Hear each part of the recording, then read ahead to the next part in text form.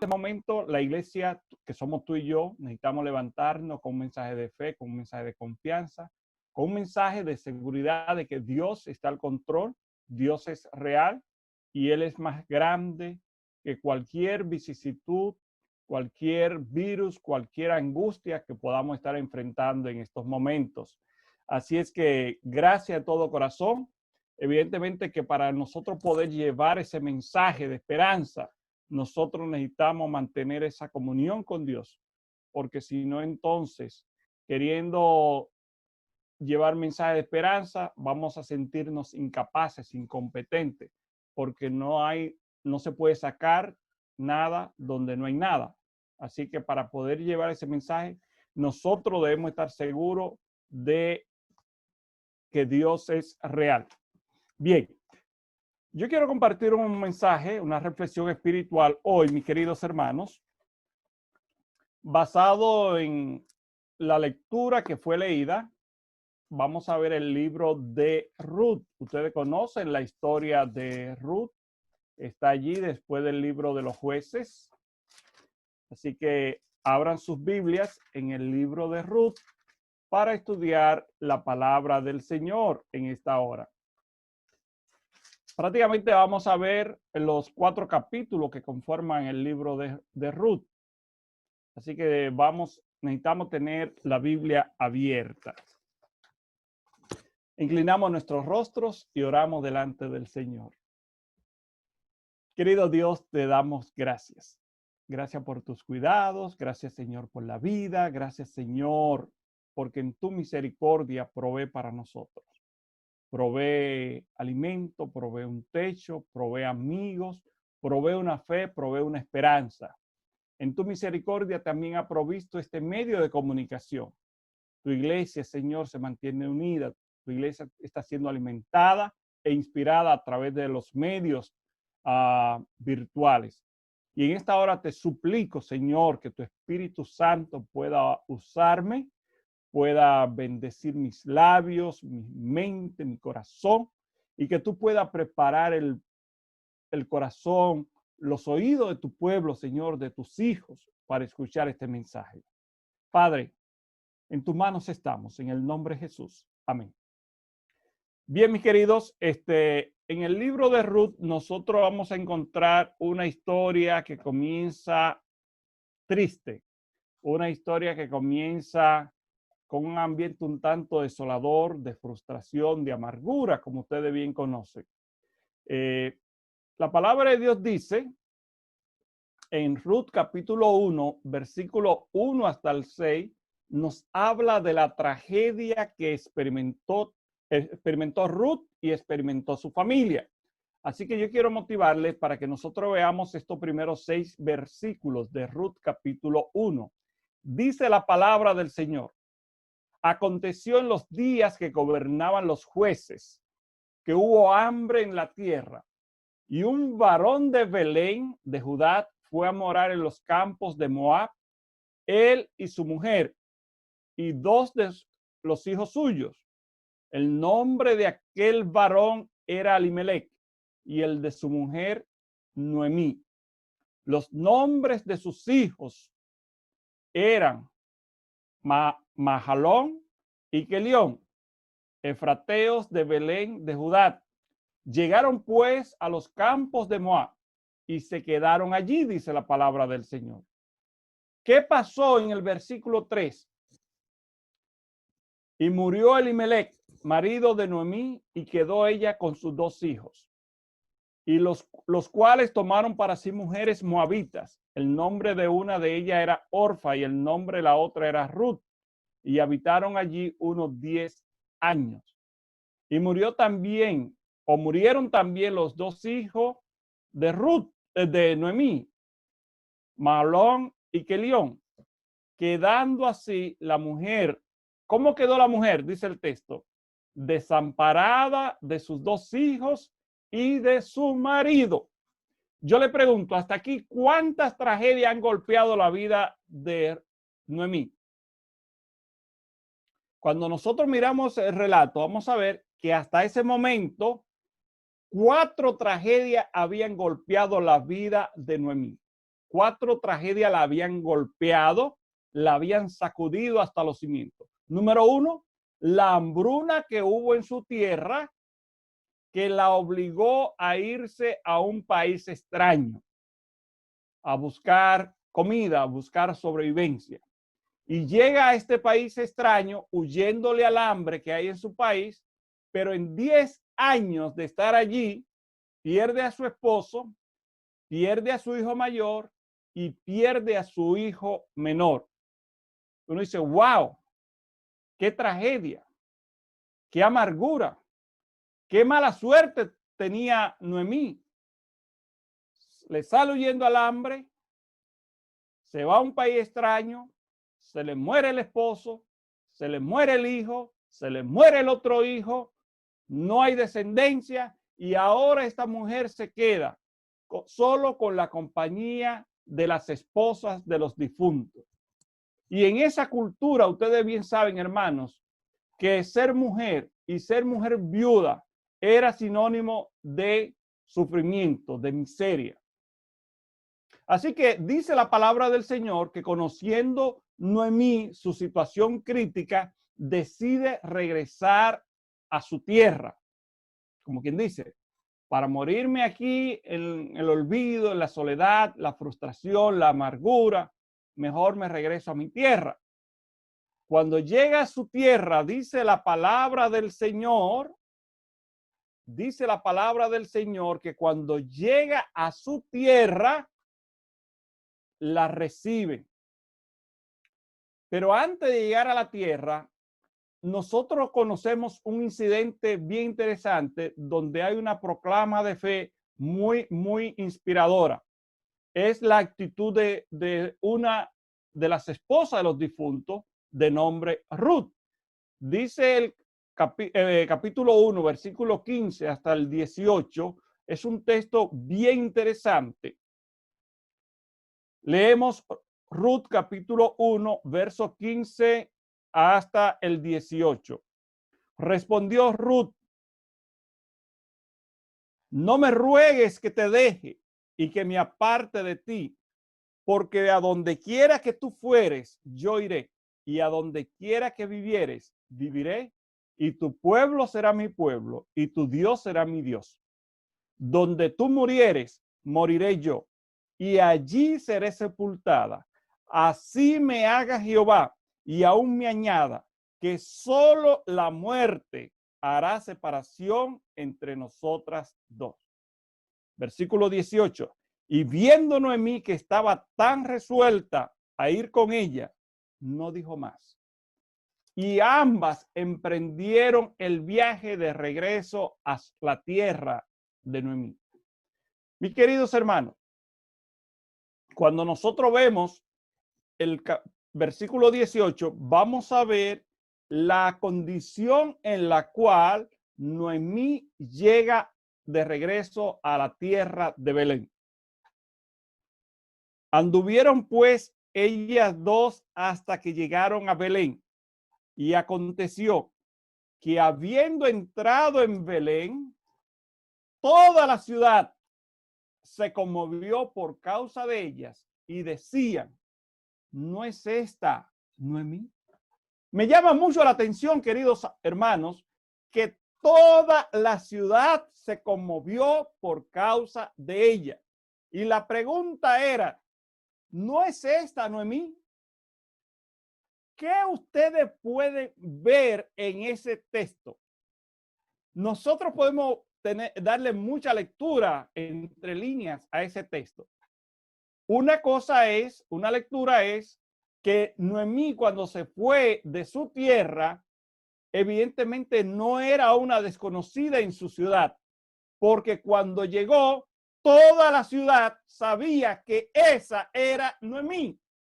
O sea, eso nos dice a nosotros que era una mujer que cuando salió de su ciudad tenía una gran reputación, tenía un gran nombre, era una persona altamente conocida.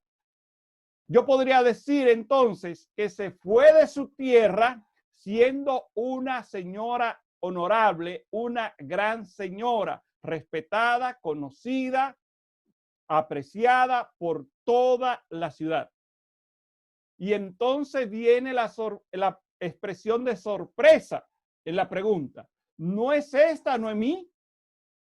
Como quien dice, wow, en 10 años volvió de barata, como decimos nosotros dominicanos. Tal vez se fue con su pelo negro y ahora su pelo estaba totalmente canoso. Tal vez si fue sin una arruga y ahora vuelve llena de arruga. Se fue con ropa espléndida, pero ahora vuelve con ropa gastada. Se fue con brillos en su rostro, pero ahora se ve que está quemada, dañada por el sol. Se fue tal vez con unas libritas, pero ahora regresa delgada. O sea, la mujer, por lo visto, estaba desbaratada de los pies a la cabeza en solo 10 años. De ahí la sorpresa. Ven acá, pero esa no es Ruth. Esa no es Noemí. Ay, mi madre, pero mira cómo está. Se ve chupada, se ve jalá, se ve así, se ve así. Y ustedes saben cómo comienza el chimoteo, ¿no? Y se ve así. Wow, pero qué mal le ha ido. Mira, mira cuánta miseria se ve. Sabiendo ella que el pueblo la conocía, sabía cómo era ella cuando se fue, vemos esa expresión de amargura que brota de los labios de Noemí. De hecho, ¿qué significa Noemí? Algunos dicen que Noemí significa dulzura. Y ahí entonces ella, para marcar aún más el contraste de lo que era y de lo que es, de cómo estaba y cómo está ahora, dice, ya no me llamen Noemí. Ya toda la dulzura se me ha ido. La dulzura de la juventud, la dulzura del brillo, la dulzura del nombre, todo se me fue. La dulzura del sueño, de vivir, las ilusiones. Llámeme Mara, amarga, porque en gran amargura yo he caído. Mis queridos hermanos, yo no sé si estoy hablando para alguien que en estos momentos en su corazón siente eso mismo, está experimentando esos mismos sentimientos que estaba experimentando Noemí. Lo tenía todo, pero todo se me ha ido. Se me ha ido el sueño, se me ha ido la juventud. En este asunto, el coronavirus, el COVID-19 se ha llevado el trabajo, se ha llevado los ahorros. Parece como que todo está perdido. ¿Y ahora qué? Por lo que tanto trabajé, todo mi sueño, todos mis ahorros, la empresa, el negocio, todo se ha ido a pique. Y ahora lo único que veo es un panorama oscuro, más allá del COVID-19. Lo único que veo es frustración, lo único que veo es deuda, lo único que veo es compromiso, lo único que veo es desánimo. Siento que todo se me ha ido de las manos, siento que lo he perdido todo. Yo te pregunto, querido hermano, querida hermana, ¿qué hacer cuando parece que todo se ha ido, cuando parece que todo se ha perdido? Esta historia de Noemí y de Ruth es una inspiración para nosotros. Porque nos dice, hermano, que más allá de la condición actual en la cual tal vez tú estás viviendo, más allá de los sentimientos que tal vez tú estás experimentando en estos momentos, yo quiero decirte, el Dios al cual tú le sirves no ha perdido el control de tu vida. El Dios al cual tú le sirves sigue el control de tu vida. Y el Dios al cual tú le sirves es capaz de levantarte de esta situación que tú tienes y restaurar todos sus sueños y glorificarse en tu vida. Sí, la historia de Noemí y la historia de Ruth nos habla de un Dios que es real, un Dios que obra más allá de las circunstancias del presente, porque Dios tiene un plan para nuestras vidas. Y si nosotros le damos la oportunidad, ese plan de Dios se va a completar. Así que yo quiero motivarte en esta hora a que tú no centres tu visión, tu pensamiento y tu sentimiento en lo que tal vez está viviendo ahora, Tal vez ahora, al igual que Ruth, tú estás en amargura de espíritu. Tal vez sientes que se te ha ido la dulzura de la vida y que todo lo que hay es amargura. Pero yo quiero decirte, Dios es real. El Dios al cual tú le sirves es real. Y Él es capaz de cambiarlo todo para gloria de su nombre y bendición de tu vida. ¿Qué pasó con la experiencia de Noemí? Ustedes conocen lo que presenta el capítulo 2 y el capítulo 3. Cuando llegan, Ruth decide irse a trabajar, buscar dónde conseguir la comida y Dios la guía precisamente al lugar exacto, porque cuando una persona se deja guiar por Dios, Dios siempre guía al lugar exacto, a la persona indicada. La palabra de Dios dice que Ruth, sin conocer hacia dónde iba, llegó a donde vos. Y el capítulo 2 y el capítulo 3 presenta esa narrativa de cómo se conoce y el tipo de relación que entablan. Mis queridos, capítulo 4 presenta que Ruth termina casándose con Boaz. Y ustedes conocen que en la Biblia está la llamada ley del se me va el Gael, que es el redentor, pero la otra expresión en español se me va ahora mismo, es cuando una persona moría sin dejar hijo, entonces el pariente más próximo tenía que tomar a la esposa del fallecido y tratar de levantar descendencia para el fallecido, y el primer hijo que tenía la esposa del viudo, entonces, aunque biológicamente era del Gael, del Redentor, legalmente pasaba a ser el hijo del difunto. Así es que dice la palabra del Señor que Boaz se casa con Ruth y tienen un hijo. Y es bien interesante, mis queridos, cómo se desarrolla la historia. La palabra de Dios dice que más allá de la situación en la cual llegó Ruth, Dios tenía un plan para ella. Entonces vemos capítulo 2, capítulo 3, como decíamos, la historia del casamiento, el encuentro, la relación de Ruth con Boaz.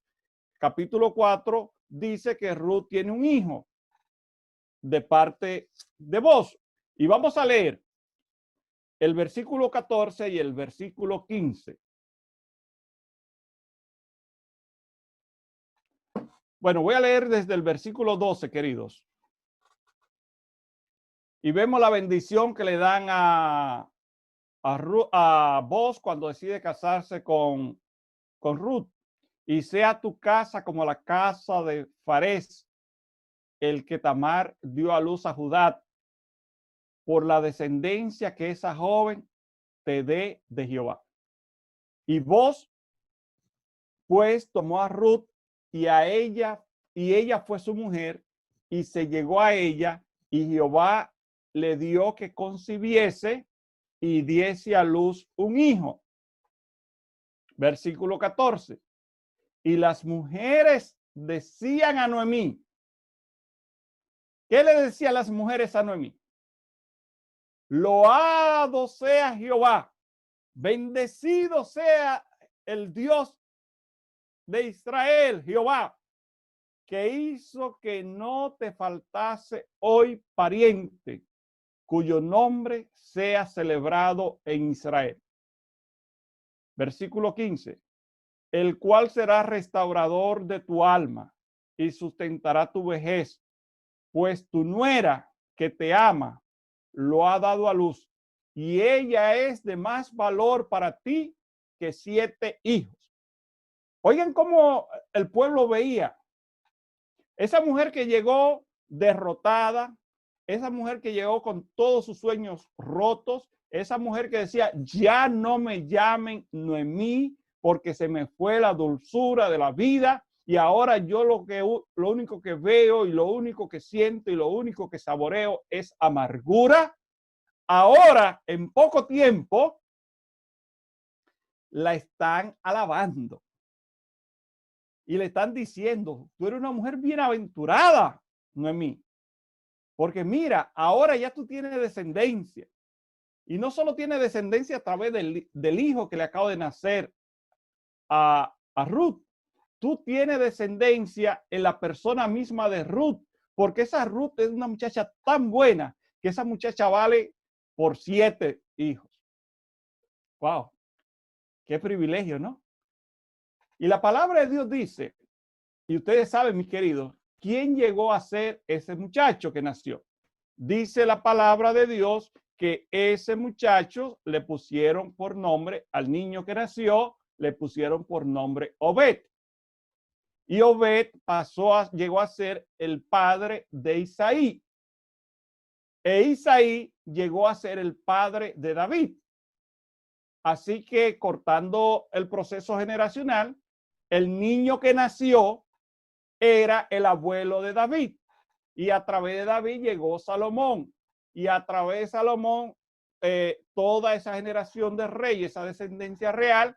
Y a través de David vino el Salvador del mundo. Muy interesante. Cuando todo parecía perdido, cuando todo se veía oscuro, Dios estaba obrando, porque los caminos de Dios son misteriosos. Yo quiero decirte, querido hermano, tal vez tú sientas que se te han ido muchas cosas o que tú has perdido muchas cosas, que ya no vale la pena luchar, que lo único que te queda es lamentarte. Yo te digo en esta hora, deja de estar lamentándote y levántate en el nombre de Jehová, porque todavía Dios se va a glorificar en tu vida. Porque los tiempos de Dios son diferentes a los tiempos nuestros. Sus planes son planes de gloria, son planes de bendición.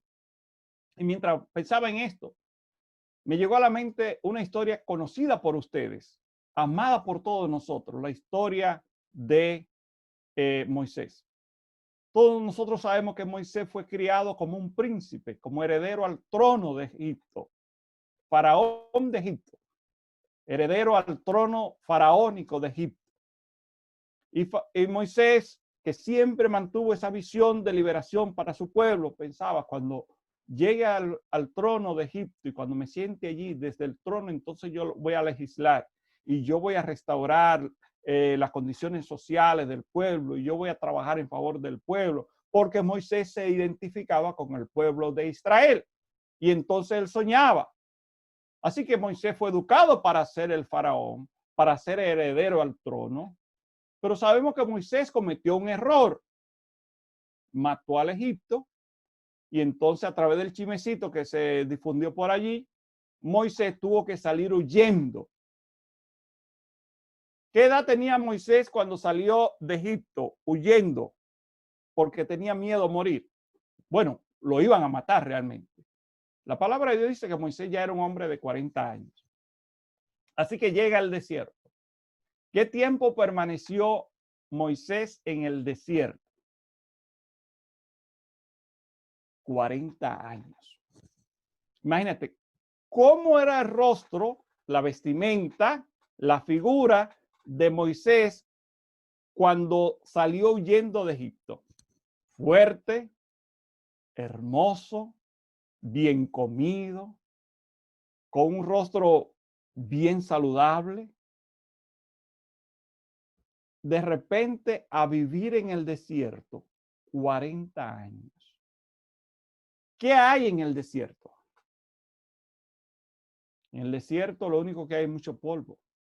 En el desierto lo único que hay es broque, arbusto, un sol que quema constantemente. Y allá vivía Moisés criando cabra. Y yo quisiera que tú te imagines los pensamientos que tal vez había en la mente de Moisés ya llegando a los 80 años. Y decir, wow, soy un fracasado. Dios tenía un plan para mí.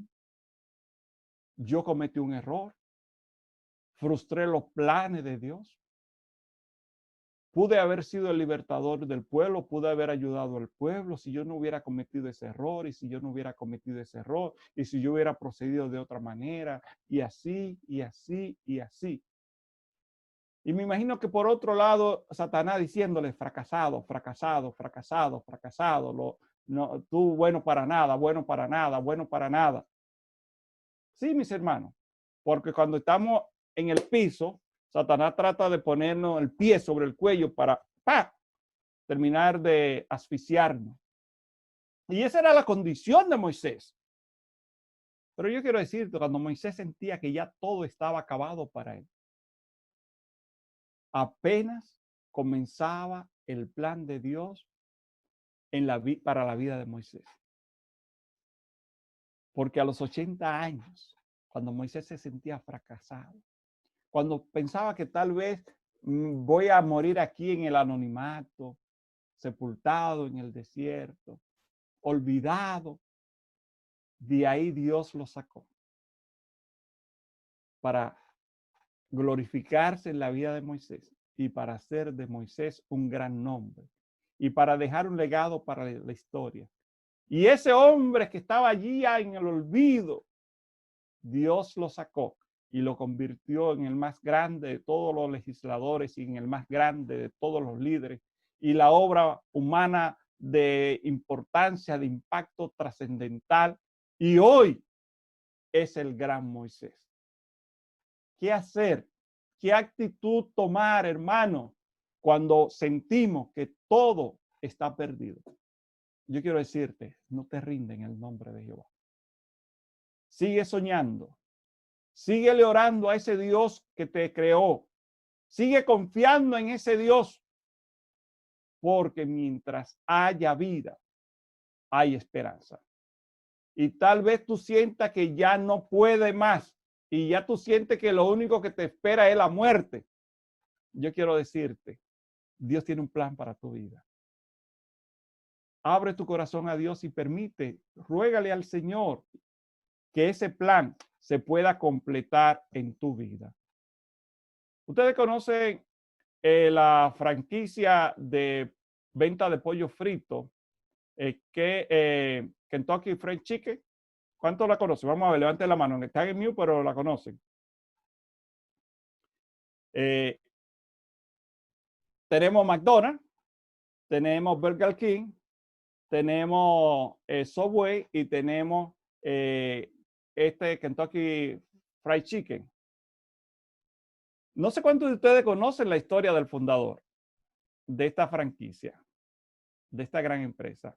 A él lo conocen como el Coronel Sanders. Si usted no conoce la historia, quiero motivarte por asunto de tiempo, tengo que ser bien breve, para que tú vayas a YouTube y busques la historia del Coronel Sanders. Este hombre que había intentado muchas veces emprender, levantar el vuelo, salir adelante, a los 62 años, humanamente hablando, estaba derrotado. A los 62 años.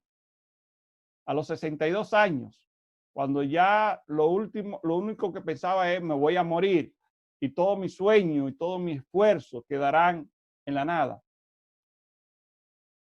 A esa edad, no busque YouTube ahora, que búscalo después que termine. A los 62 años, decidió hacer uso de lo que sabía hacer. ¿Y qué sabía hacer? Él era buen cocinero. Y dentro como de la cocina, su especialidad era freír pollo. Y decidió comenzar a freír pollo. A freír pollo.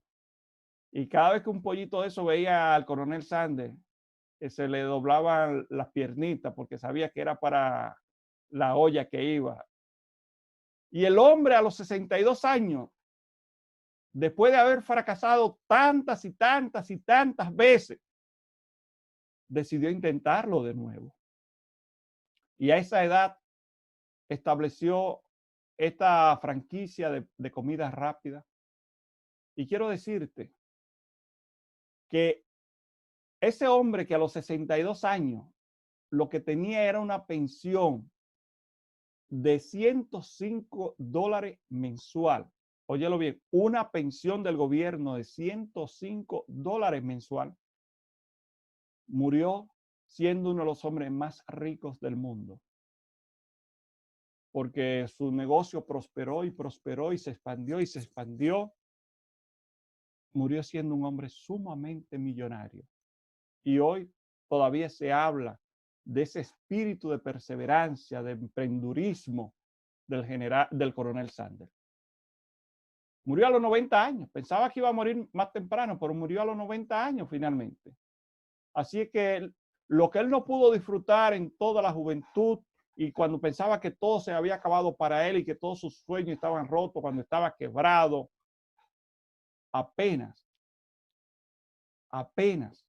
estaba comenzando la gran obra de su vida. No te rinda, querido. No te rinda, hermano. Sigue soñando. Sigue intentándolo. Recuerda, Dios, el Dios al cual tú y yo le servimos es un Dios real. Y Él nos puede levantar del polvo. Y Él se va a glorificar en nuestras vidas. Y para gloria de su nombre, nuestros sueños serán restaurados.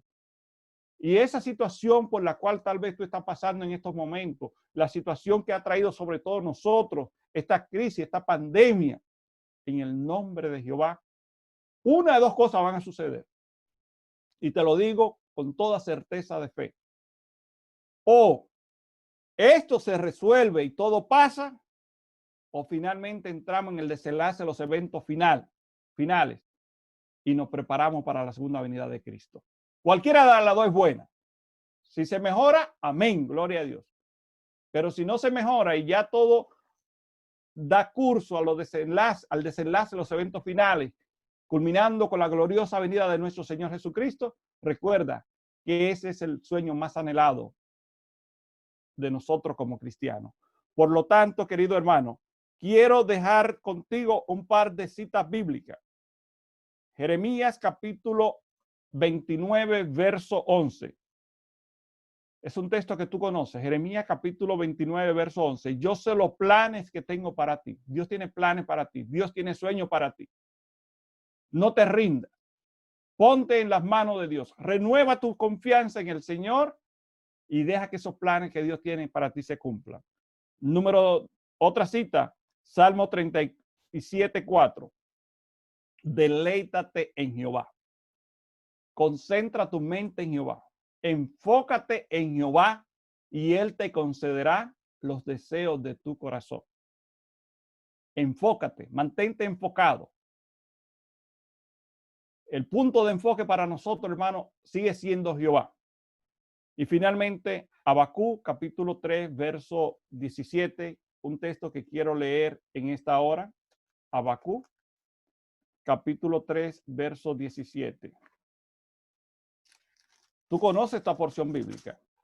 Dice la palabra del Señor: aunque la higuera no florezca, ni en las vides haya frutos, aunque falte el producto del olivo, ¿de qué está hablando? De crisis, ¿no?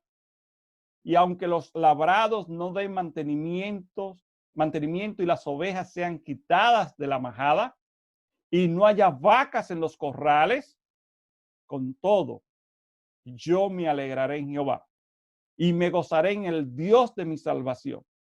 Jehová es el Señor, Jehová el Señor es mi fortaleza, el cual hace mis pies como de sierva y en mis alturas me hace andar. Que Dios te bendiga, querido hermano. Mantente enfocado. Aunque todo parezca perdido, no deje de soñar. Dios está al control.